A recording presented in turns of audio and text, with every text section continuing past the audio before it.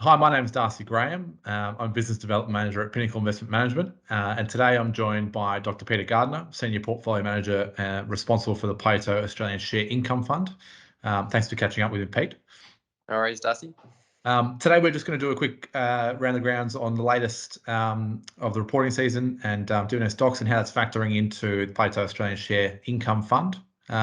So, Pete, I'd like to kick off today with the results from WestFarmers and Woolworths, the market response, and how it's played out for the fund.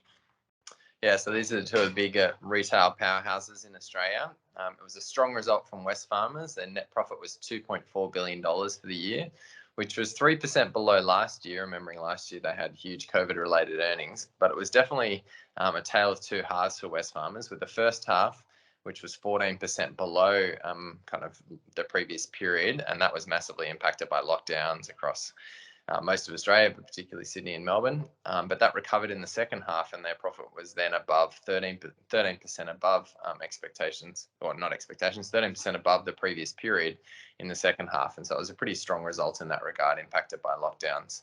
Now, the final dividend was 100 cents a share, which is 11% increase on last year and equates to a 3% gross yield for this dividend. So it was a good chunky dividend for WestFarmers. And definitely you could see that Bunnings are still the jewel in the crown, with sales up 5% over the year. But they also had strong results from their fertiliser division, which is one of their kind of small divisions, but it's being helped by higher fertiliser prices. On the other hand, Woolworths had a bit of a challenging result with elevated COVID-related disruptions, as they call them. FY22 profit was $1.5 billion, which was 0.7% above the previous period on sales that were up 9.2%. The dividend actually decreased 4% and equates to a 2.1% gross yield for this dividend, so not quite as high as WestFarmers. But the real disappointment in their result, which Coles had also confirmed in their result, was that food sales were actually down in the first 8 weeks of FY23.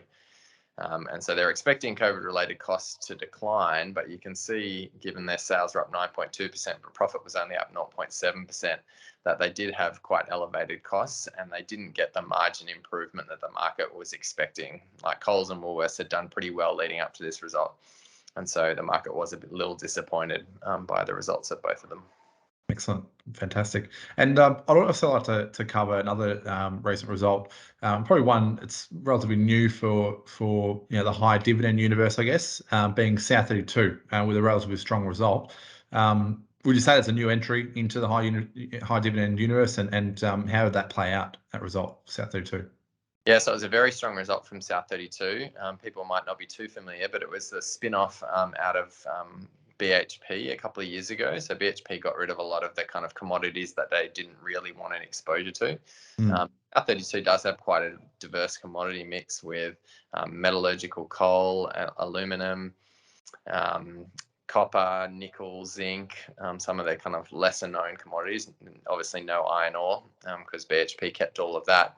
But their profit was up 432% above last year on underlying earnings of $2.6 billion US, and the dividend was up 224% on last year. So as you say, it's kind of entered that high dividend yield universe at 24.3 cents, which equates to an 8.2% gross yield for this dividend alone. Massive. So yeah, well over 12% on a full year dividend basis.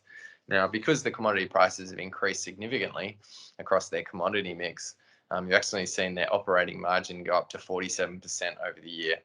And so they're doing very well in the current market, and one stock that we're definitely taking advantage of. Excellent, fantastic. Well, while we wrap it up there, Pete, thanks again for your insight. We really appreciate it. And hopefully Plato investors will reap the rewards of the hard work you put in through the reporting season. For those looking for more information across the reporting season, be sure to look out for a couple more videos. And we'll hopefully be producing some great results for the strategy. Thanks, Peter. Thanks, Darcy.